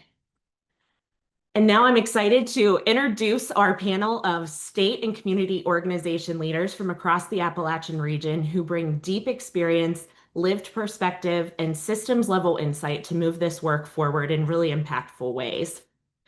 First up, I'll introduce Ashley Arthur. Ashley is the project manager of Mission West Virginia's Bridge program, which provides evidence-based mentorship to high school youth in foster and kinship care. Ashley prioritizes creating meaningful opportunities for participants and their families, walking alongside them through high school and towards workforce and post-secondary readiness. Brittany Gold is next, and Brittany has worked for the West Virginia Schools of Diversion and Transition since 2015, first as a special education teacher and now as a foster care education specialist and middle college principal at Fairmont State University. Brittany has been in education for 15 years, and she's also a certified trauma and resilience practitioner for education. Jacob Hayhurst is next. Jacob works as a foster care education counselor with West Virginia Schools for Diversion and Transition after previously serving as a school counselor in the alternative learning setting. Jacob is passionate about making sure all students have access to quality education. And last but not least is Kelly Henderson, a former public school teacher who has worked in national and federal special education policy. Kelly's family is formed in part through foster care and adoption. Her young adult sons have a range of learning, behavioral health, and cognitive disabilities. Kelly's work at the family-led nonprofit Formed Families Forward includes training and consultations to support adoptive, foster, and kinship families. Kelly is also an adjunct faculty in special education at George Mason University. And we are thrilled to have all of you and really appreciate you joining and sharing with us. We've talked over the last 2 days about this growing number of students living with grandparents or other kinship caregivers and the unique strengths and challenges that come with that. And each of you approaches this work from a different vantage point. And we're really looking forward to exploring what you're seeing across your organizations, where you see really meaningful progress, where schools and communities may need to think differently to better support kin caregivers and grandfamilies and the students in their care. So participants, as you can already tell, there's a tremendous amount of wisdom on this panel. And while we would love to hear from each of the panelists on every single question, we will be very intentional about how we use our time so we can elevate as many perspectives as possible within this hour. And for those of you listening, we welcome you to add any questions to the Zoom Q&A function, but also feel free to use the chat for questions that you might have of our panelists. All right. Thanks again for joining us, everyone. We'll get started with this first question, which I'll direct to all of you, and Kelly, we'll start with you. From your vantage point, what does the current landscape look like for students living with kinship caregivers and grandfamilies? Are there any trends or patterns that stand out right now? Yeah, no, I really appreciate the opportunity to be here today and have really enjoyed the last day and a half, I guess, so far. Just fabulous information. And I think it's reflective of what is happening. There is interest, there is recognition that is growing about the needs of children and youth who are in kinship families, kinship blood families. And I think a recognition that some of our big ticket issues in education, like attendance and chronic absenteeism, that part of the answer to that is doing better with all families, but particularly families who come from tough places where there have been circumstances that may have resulted in significant trauma, and certainly have diverse family structures. So I'm hopeful that we have greater recognition of these issues, and I think we are making steps, even if they're prompted by sort of concerns and policy elevations in areas like attendance. I think it moves the needle. And in this case, I think it helps families and children and youth as we move that needle. Absolutely. Thanks, Kelly. Brittany, I'll ask you that same question. From your perspective, what does the current landscape look like for students living with kin caregivers and grandfamilies, and what trends and patterns are standing out to you right now? So Jacob Ayerst and I, we work closely together, and we have a unique position. So we assist with transitioning foster youth throughout the state, but that also encompasses those youth who are in formal and informal kinship care as well. And we keep a lot of data, and sometimes we look at our data and we're like, are these good data points to be keeping? Should we, maybe take some of those data things out? And one of the columns that we have is, who's the student living with? Are they living with a grandfamily? Or are they living with a kinship? And then we kind of look into detail of that. And something that we are finding is that there is a trend of younger students living with more grandfamilies, more and more, and they are seeking help. So we are a state that is very heavy in grandfamilies taking in grandchildren right now. And that's great that they're willing to do that, but they do need the support. They do need the help. And I think that us being there and providing that for them is wonderful. But I also think that, what Kelly was saying about there being, attention brought to this subject matter is huge. So I do think that, having the enrollment capabilities that we have to be able to help with getting them enrolled quickly in a timely manner is important. And that's a trend that we're seeing. It's actually a trend that is actually going down a little bit. So we're seeing more a need for outside resources, things like food related. Where can we have assistance with more things related to DOHS needs as opposed to maybe just the school needs? So those are some of the things that we're noticing. So outside referrals are a lot of what we're doing. So we refer a lot to the Healthy Grandfamilies program and make sure that they have access to those programs as well. Thanks, Brittany. I think that's helpful insight and interesting to hear. And you're probably constantly adjusting to those different needs that you're observing and the data you're collecting. Jacob, anything you might add to that from your all's perspective? Yeah, absolutely. And thank you for having me here today. I'm really excited to join this panel of professionals and experts in the field. So one of the things that I would kind of piggyback off of what Brittany said and what Emily mentioned in the previous session is about those informal kinship families and how sometimes it's really difficult to identify and provide resources to those families because there's sometimes a lot of shame and blame in those situations. And so making sure that we are being supportive and we're being thoughtful and respectful as we help and provide resources to those families is really an important key factor.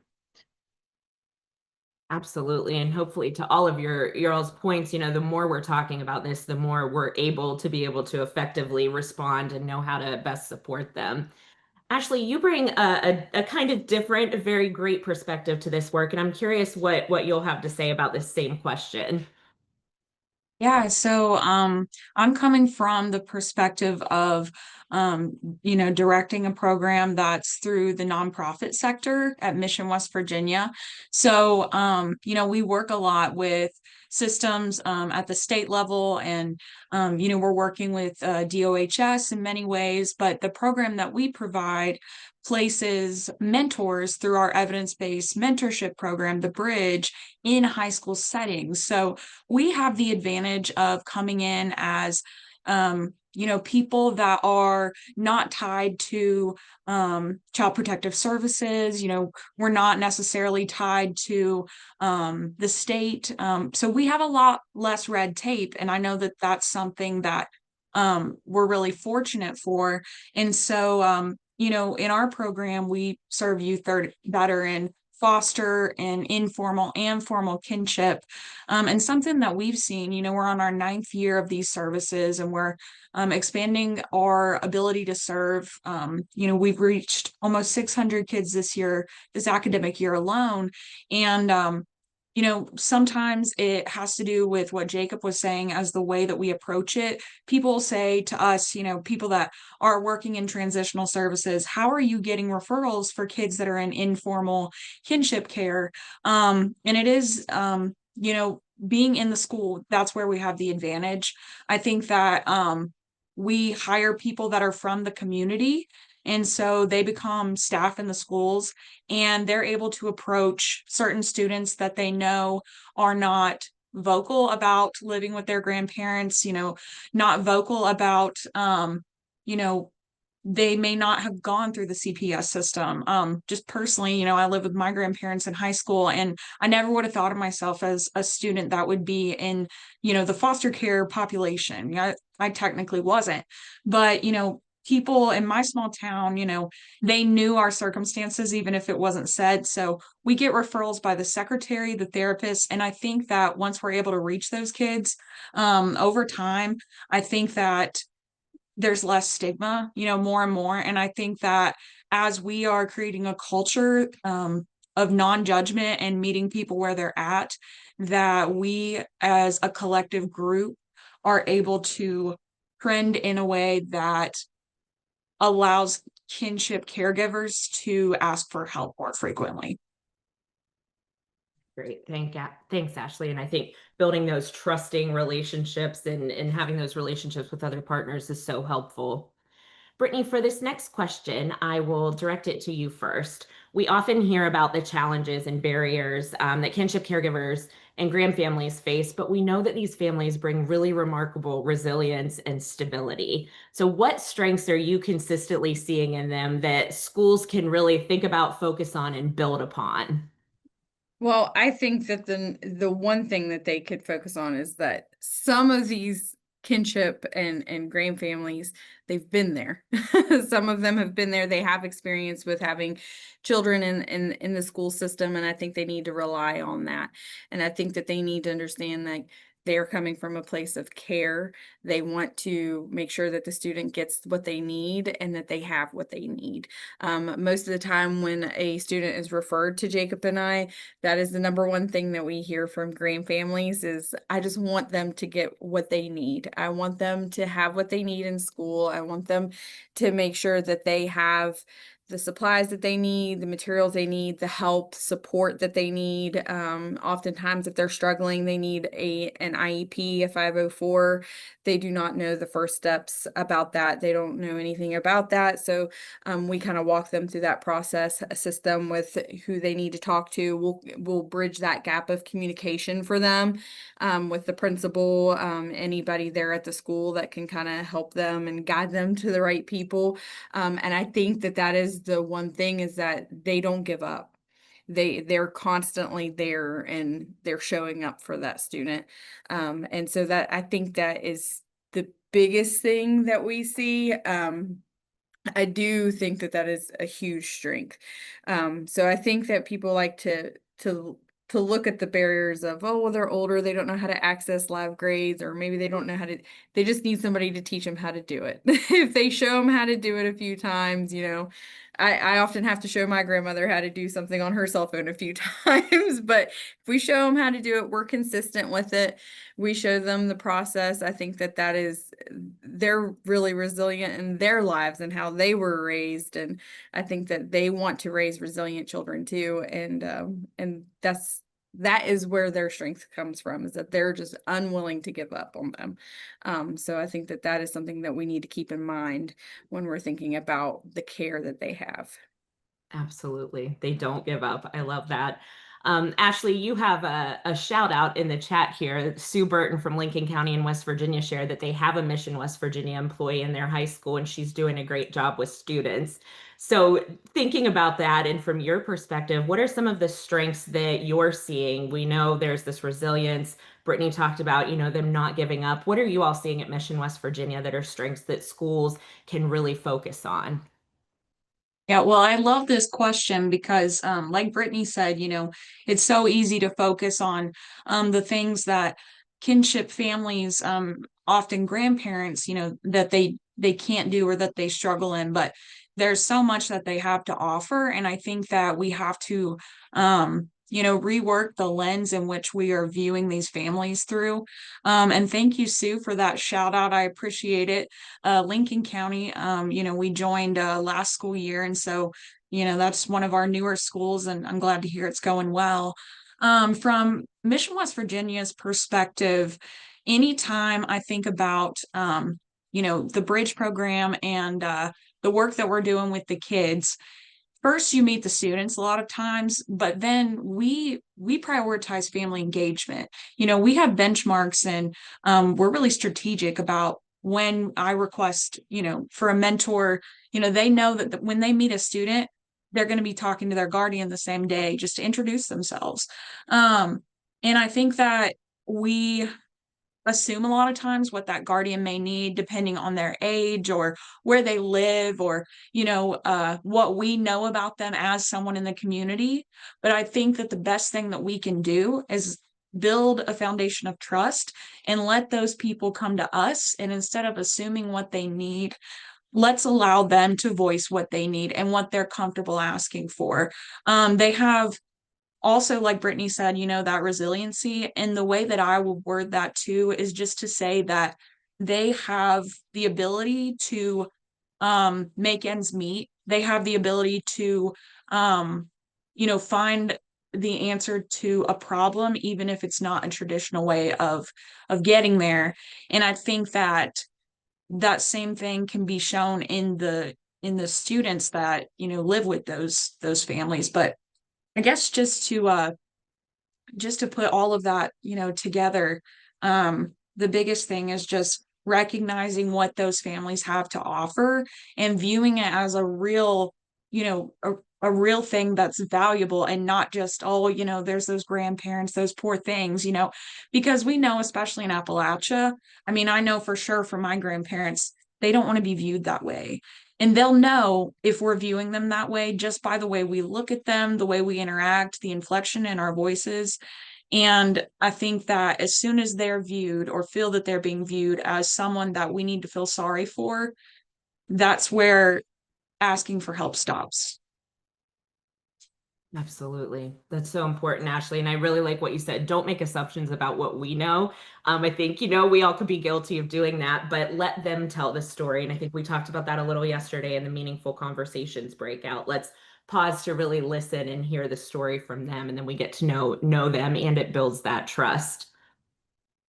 Kelly, what strengths are you seeing that schools could really think about and consider when we talk about kinship caregivers and grandfamilies? So I think I love what everybody said. I mean, I really do appreciate the reminder that assumptions are not helpful in many ways. And as we even introduce the term kinship, as we talk with school partners and community partners and begin to understand, like, well, we already have an area agency, so they're doing that, and really sort of big swipe assumptions that aren't particularly helpful. But in terms of the strengths, I think our families have seen a lot, and particularly with their school relationships, they have perspectives that on things that have worked and things that haven't worked. And so I think really digging into those perspectives, understanding the fonts of knowledge, as we hear in the family engagement literature, is just hugely important. So absolutely, lots of strengths that they bring in terms of experience. And then they're the ones who live the day-to-day, right? And I think we say this with all parents, caregivers, is you are the expert on your child. And I think that was said earlier today. And so I think validating that expertise, even if that child hasn't been with you since birth, that you are a primary and key source of information, knowledge, and experience, and uplifting that and valuing it and honoring it is really, really important. Absolutely. That's so important. Thank you, Kelly. Jacob, anything you'd like to add here? Yeah, I'm thinking back to Sue's statement from yesterday about how she was willing to eat peanut butter so that her children could participate in sports. And that willingness is something that I've seen over and over and over. And that commitment to education as an opportunity and as stability. And so, especially when there is communication that is respectful and clear coming from the school, I think that partnership is often really, really strong and really impactful. Absolutely. Thanks, Jacob. And yeah, that willingness and commitment to education is something we can really focus on. And I like what you all said, they don't give up. They have that will and commitment to education and stability. Want to think about not making assumptions, building trust, and then validating that they really are the experts of the children in their care. Thank you all. Ashley, I'll direct this next question to you first. Students living with kinship caregivers and grandfamilies often experience layered needs related to transitions or disruption. From your perspective, what are the most pressing student level needs you see, and how are schools and partners responding in ways that are really working? Yeah, so talking about the way that we view the families, that often happens too, in the way that we view students. And students, sometimes you get a label and you walk through not just elementary school, but middle school, and somehow, before you even get to high school, some teachers or educators might have a certain idea of the type of student that you're going to be. And while some of these things might be true, it's not like, some assumptions that we make are based on facts. Some things that we know about, we know about this population, that there are more barriers. We can't ignore that. But what we can do is not, we can create opportunities for these students. And I think that that's what we try to do in the Bridge program. That's kind of my word of the year is opportunities, because the more settings that we give to these students and their families, the more opportunities and ways in which we can give students the chance to take advantage of something that we've created for them. We put it out there, and then these kids take it and run with it. And we've seen students that are just excited to have that chance at trying something. And I think that the best thing that we can do, even when there's a disruption, even when we know that, last night we have students, that are facing, some of the worst things that they have and will face in their lives. And they're coming to school the next day because they know that there's a consistent person that's there, and that's who they want to be with.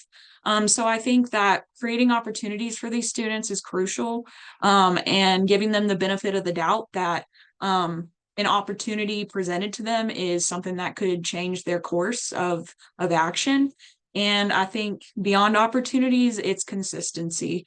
I know that, I can also speak for myself, and I see so many kids in the Bridge program, and I can relate to them because of my circumstances, but it's so important to know that no matter what's going on at home, no matter what's going on after, the school day, that you can show up and the same people are going to be looking out for you. The same adults are going to know that you have something to bring to the table.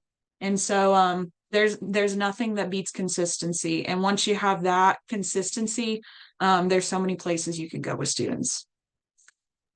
That's great. Thanks, Ashley. Brittany and Jacob, I'm wondering from your perspective in your current roles and the work that you're doing every day, what thoughts you have on that when we think about the transitions and disruptions that the students are facing. What are the needs that they're seeing most, these students are seeing most, but how can schools and partners really respond in ways that are working?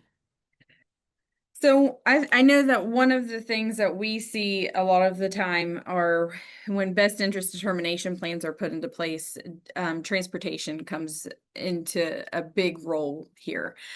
So because we have to consider school of origin, school of residence, those types of situations come into play. And West Virginia is a very big state geologically when we're thinking about where a student lives, and then how much time on a bus, and who's going to pay for the bus route and extended that and things like that. And then especially if it's an informal situation where they are living with a grand family or a kinship caregiver, we have to start thinking about in terms of, can they afford to drive them one county over for them to remain in a school of origin at that point in time. So I think that is one of the layered needs that we are looking at currently and working with on our level and above us to try to help throughout the state with making those determinations. But I think that is one of the things that we have seen here recently, is that transportation is a big issue for students that keeps popping up continually. And then and it's not just that, but what about the 78-year-old grandmother who no longer drives, and she's hauling all of her grandkids down to the bus stop, and to get them on the bus, or to get them on public transportation to take them to the school. So that is something that is a need among our state. So, and that is something that we often try to help find resources for. Jacob, do you have, that was the one thing that I think that I mentioned that I thought of, but. Yeah, and if I put my school counseling hat on for a second, I did countless number of enrollments over the years that I was a school counselor, particularly in a high school setting. And that enrollment piece can be really, really scary and intimidating, because people are coming in, they're not exactly sure what they need to enroll, what they are to expect as far as tracking those grades, and where is their student at academically.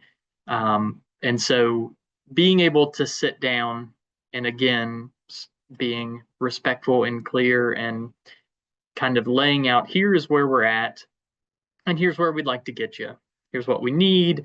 And instead of being like, oh, you don't have that, sorry about your luck. All right, here's how we can work through this together. And we have resources and tools, and we'll figure this out together.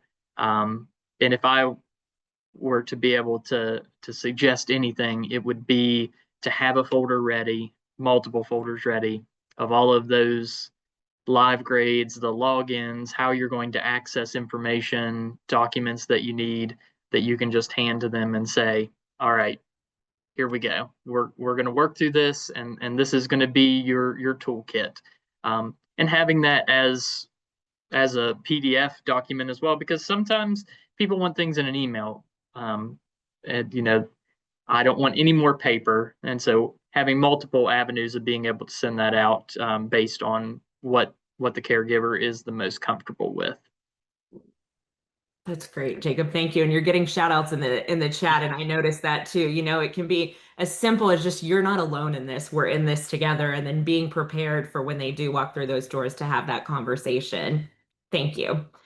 Kelly, we'll start with you for this next question. Kinship caregivers and grandfamilies often step in during emergencies. We've talked about that. This can happen overnight. And so often it does. So what supports are most critical in the first 30 to 60 days of caregiver transition? And how can schools be prepared and supportive in that window from your perspective? Yeah, thank you. And I just want to, I want to mention something in terms of the most pressing student needs. I do want to represent, and we've heard a little bit about individuals, children, youth who have disabilities, identified disabilities, and have the benefit of receiving 504 protections or IDA, special education, IEP protections and services. And I think it's really, we need to prioritize those real needs that children, particularly as they transition into kinship circumstances, that they have, that the disability doesn't disappear because the child is now in a more stable situation. And contrastly, if that child has a disability and grandma or grandpa or caregiver notices that their concerns should not be dismissed out of hand, because sort of blaming the fact that there's been a lot of upheaval. Again, we know our kinship caregivers know best as they work with their children, and recognizing that indeed there may be a disability or specialized need that bears addressing immediately, not sort of like, well, we'll give them, a couple months transition. And we do hear that a lot as we work with families. It's sort of this, give them a chance, which again is very generous and appreciated. However, there may be very specific specialized needs that need to be addressed. And to be honest, those families have a right to have those addressed immediately and go through the evaluation if they haven't been evaluated, go through this process, implement the IEP immediately. So no delay and deny is where we are when we're talking about disabilities particularly. In terms of those first 30 to 60 days, I think we are in a state that was mentioned that some states have affidavit requirements, and Virginia is a state with affidavit requirements. So I think helping caregivers understand that at registration, or for that first touch, really understanding, helping caregivers understand what that specific requirement. Virginia also gives quite a lot of leeway to local divisions, local school districts, to determine what that affidavit requirement is going to be. So I think understanding that, if power of attorney, power of educational attorney, again, special education decision maker opportunities, what applies to this particular family and how can they access those rights and opportunities is really, really important. And then we've heard the term trauma and trauma-informed throughout these last 2 days. And I guess that's another, from the get-go, we should assume competence of caregivers. We should assume the need for connection is primary, and that sort of trauma-informed lens, trauma-informed care, whatever terminology you're most comfortable with, or what might be moving things along in your locality or in your state, I think is really important. And assuming taking grace, giving space for grace first, and when you see that behavior, think about connection before correction is just a really good way to go. Again, for all kids, but particularly for kids and their families in kinship situations, particularly that first transition period. So trauma-informed practices, absolutely. And then immediate implementation, if there's a 504 plan, if there's an IEP, that needs to, and then supporting families and understanding a lot of the things that have already been shared, sort of how the way of work in schools can be frustrating for all of us, but particularly if you haven't been in the game recently. It's really helpful, Kelly. Thank you. Ashley, from your perspective, thinking about those first 30 to 60 days of that caregiver transition, how can schools be prepared and supportive in that window? Yeah, so I can only speak for West Virginia because that's where we're at. So that's what I know the most about. But another program within Mission West Virginia is our Kinship Navigator program. And if people don't know about that program, it is a statewide program that we offer. And we work with DOHS. And any family in the state of West Virginia that is going through exactly what you're talking about, they suddenly become kinship caregivers. And this is in the formal setting, there's a CPS worker that is assigned, things like that. They have the right to a kinship navigator, and Mission West Virginia Kinship Navigator can work with that family. They help them through the home study process. We can help them through the court, understanding their rights, understanding, we just had a case recently, we work with that program as our coworkers at Mission West Virginia. We had a student that we have a sibling group in the bridge program in one of our counties, and they overnight went from one kinship situation to another. And that was something that we were able to pick up on in the school setting. And so we were really able to advocate for them at the school level. And then we had the kinship navigators working with in this case, aunt and uncle. So they have supports from us in the mentorship role, and we've been able to educate the school on the situation, because sometimes the school, to their credit, they're only getting bits and pieces. And it's hard to, in the school setting, I think, collaborate with DOHS and CPS workers and things like that. So I think that would be the number one resource for this exact question, is to answer it with a kinship navigator. Sometimes they're supposed to be automatically assigned, but sometimes it doesn't happen. If anyone on this call thinks that somebody could use this service, even if you're not automatically assigned, go to missionwv.org, and there's information about our Kinship Navigator program. Those folks are full-time with us, and they work with every family in the first 90 days to help them get all of the things that they're, that they should be getting as far as benefits. What an incredible program and thing to be offering in West Virginia. And Kelly, I see that you shared a link in the chat too. So for any of our panelists, I know my colleagues are dropping some links, but anyone else who's listening in and might know of a resource in different states similar to the Kinship Navigator program, please feel free to share those with the group too. This is a great place to kind of put our heads together and share these things. So thanks, Ashley. Brittany, what are your thoughts about this first 30, 60, 90 days, and how we can best support students and their families in that window? I think the first thing is to go in with an open mind. I mean, we need to be able to go in and look at it from a different lens. Definitely what Kelly was saying, trauma-informed care lens. I think that is huge. Obviously, being removed from your home is stressful enough, or whatever the situation may have been. So you're with someone you may not have seen for a while, or with someone you love dearly, but you know that it may not be a great situation. So I think that if schools are able to kind of find that spot where they can come in and be welcoming, and for that caregiver and for the student, especially if it's a new school for them, I think that would be wonderful. I also think that if they are able to provide the academic information to that new caregiver immediately, is very important. Like what Jacob was mentioning with the folders, that is critical for them. That way there's no lapse in their education, there's no lapse in continuing where they left off, making sure that they can continue on. If they are remaining in the same school in the state of West Virginia, I think that this is really important. The caregiver needs to notify the school that there's been a change in guardianship for the time being. That way they can update our WEVIS management system. That way that they know who's allowed to pick that child up and who's not allowed to pick that child up for safety concerns and reasons. I think that is a huge thing that needs to be done. I think that needs to be done on like day one. Especially if it's a formal situation. If it's an informal situation, I still think it needs to be done, but especially if they're not supposed to be with whoever they left from.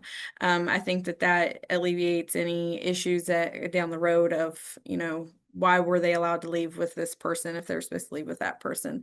I do think that doing the best interest determination plans for students is critical, whether they're in informal or formal care. I think that is really important. That way we're making sure that they are in the best location for their education. We don't want kids on buses for 2 hours to get their education. And that, all parties are involved with that. So important, Brittany. Thank you. And I'm gonna skip ahead, panelists on our list, to a question that I think this conversation we're having right now flows into nicely and really builds on a lot of what Emily talked about earlier. Communication is often the first hurdle. You all have mentioned that. We think about documentation, guardianship questions, school forms, stigma, assumptions. we've started to talk about this, but I'm wondering if there's anything else you all might like to share around practices that help schools communicate clearly and respectfully with kinship caregivers and grandfamilies, while also helping educators really feel confident about what they can ask and how to approach those conversations and support. So Jacob, I might point this one in your direction first, just because I do think you started to talk about this some earlier, and wondering anything you might add there.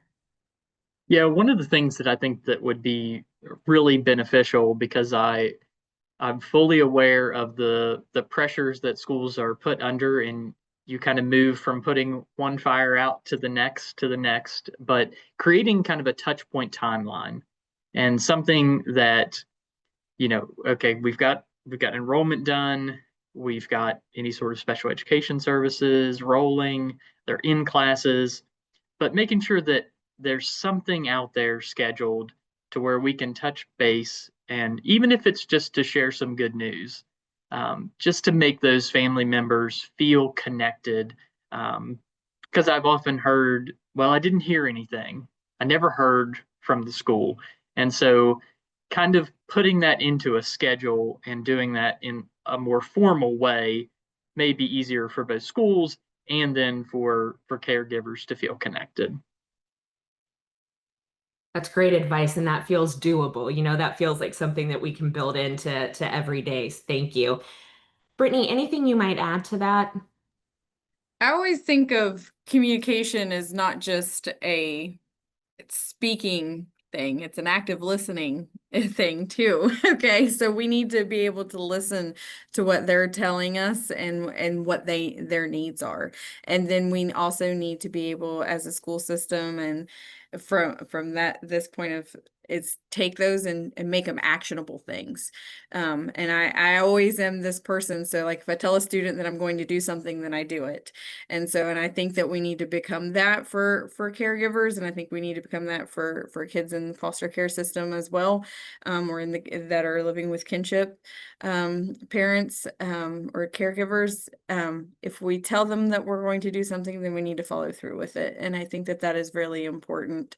And I also think that being an active listener is really key to that communication. So, and making sure that we're hearing what they're saying and we're not just dismissing their needs. I think that's really, really important. So too. Thanks, Brittany. Kelly, anything that you would add to this question? Sure. I mean, I think we've heard a lot in the last couple of days about some really good, effective communication, like the language we use. I mean, how we address caregivers, just generally how we address the school population.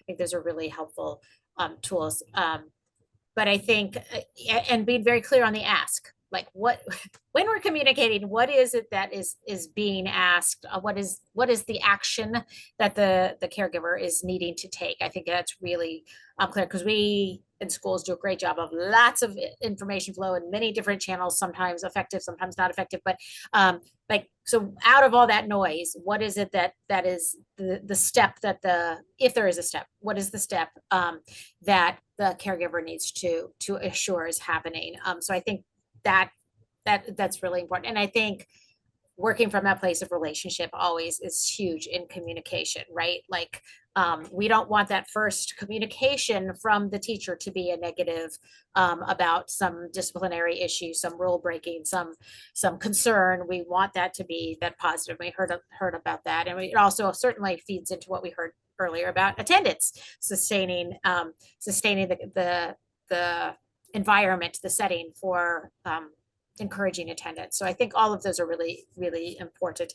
And just a reminder that for some of our kinship caregivers, it has been a while that they haven't had to navigate the communications of the school. And so those portals, while that's not primary, it's certainly important to be able to access critical information, particularly as we think about our kids with disabilities and other specialized needs. Those portals are often where you can access copies of IEPs and access other important records, health records and those kinds of things, and consent statements and those important documents. So I think helping families navigate that so that they can then be in the know certainly is part of communication holistically. Absolutely. Thanks, Kelly.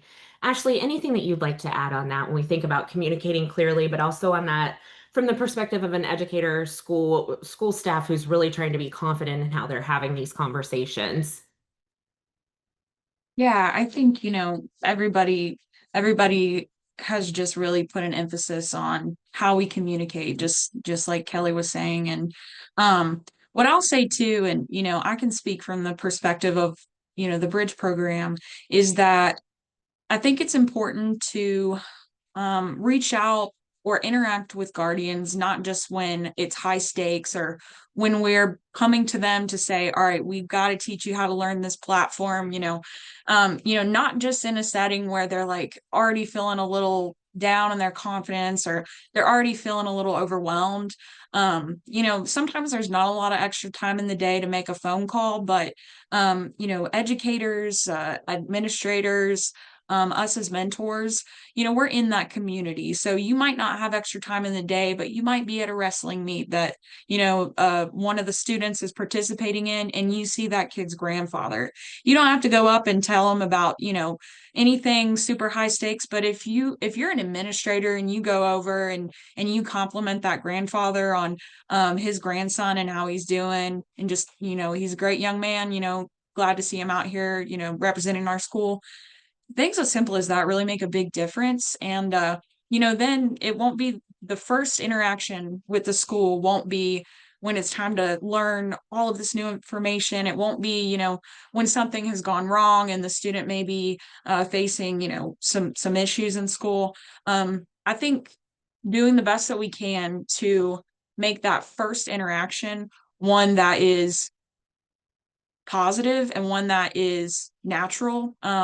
I think that's the foundation you build so that whenever something does come up, whenever something is more difficult to navigate through, you already have that background of knowing that whoever you're speaking with at the school, they don't think that you're a bad caregiver. They don't think that your student is a bad kid. It's just a bad day, if that makes sense. So I think just getting off on the right foot and communicating not just when things are tough, but when things are going well is also. Absolutely. Thanks, Ashley. We're all so great. Kelly, I'm going to direct this next question to you specifically, and then we'll see if any of the other panelists would like to chime in. When we think about school community partnerships, what does it look like when these are effective? So what do effective school community partnerships look like, especially when the goal is to support kinship caregivers and grandfamilies? And where are you seeing collaboration work really well, and what helps when things start to break down? Yeah, and I think, Ashley, we've already talked a good deal about kinship navigation, and we do have that as a model in Virginia growing, where I think we're probably behind West Virginia on the breadth of that. But kinship navigation is essentially navigating those community partners and community connections for kinship families. And so I think if kinship navigation is available and they're doing the job, then that's a really key piece to making those connections. We also know, I think there was a graph, I'm not sure who it was, but there was a beautiful image of a circle with lots of circles around it and all of the support systems that touch on families, kinship families. And I think those partnerships, the community relies on those good connections and good relationships between the schools and the community mental health, between the school and the community health, physical health, community partnering for nutrition and basic needs provision. So I think it's having the system in place so that when a situation, when a family needs it, that there are relationships already established, there are ways of work and there are processes that are actually effective, that you can just sort of, okay, we're switching the switch on and we're going to get, Kayla's family through this next 2 weeks because she has these needs in these different areas and we know who to go to and how to navigate that.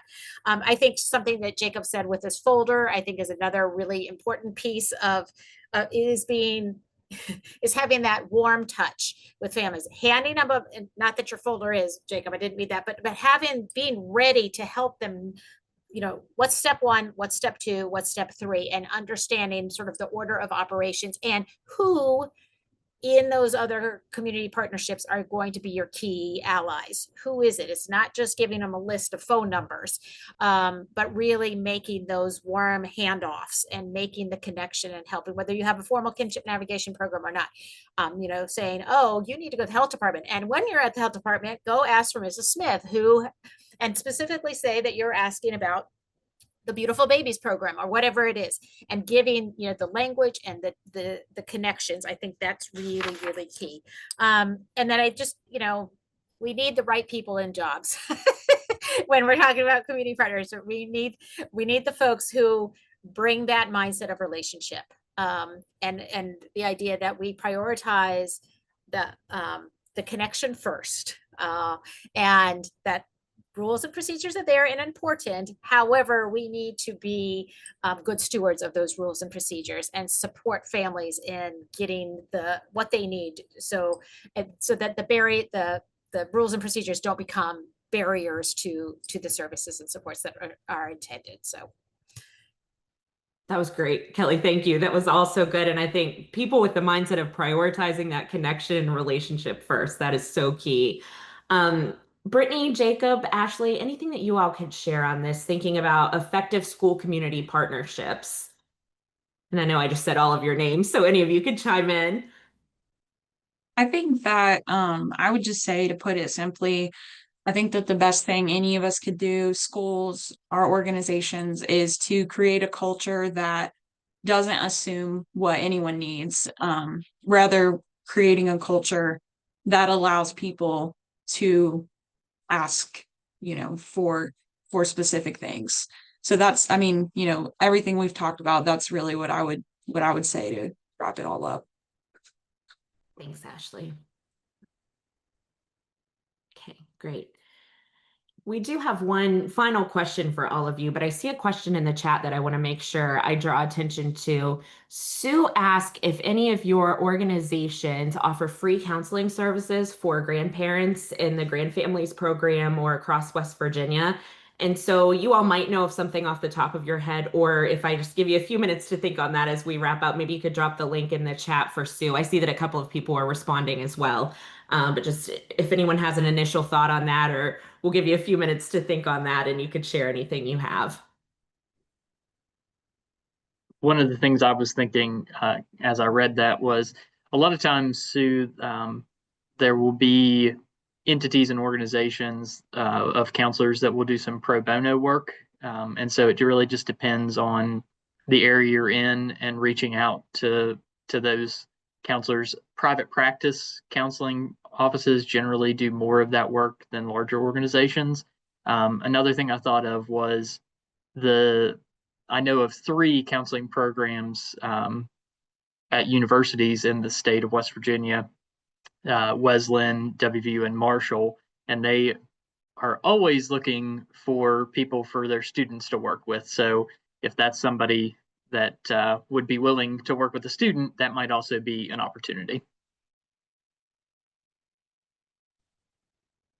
The only other thing that I could think of is, you know, I know that it's not, you know, it comes down to some of those tricky things of which benefits do you have, you know, this qualifies for this. That's so hard.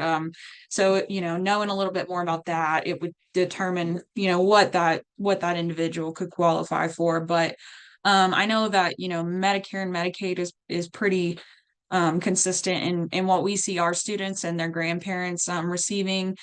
So I don't have a list right off to send, but if you could you know, do a quick search, and just depending on what her type of insurance is, would knowing that information about her insurance, I think would help to narrow down the entities that would accept that insurance and what she could get through that, you know, whether it's 30 minutes that she qualifies for every other 2 weeks.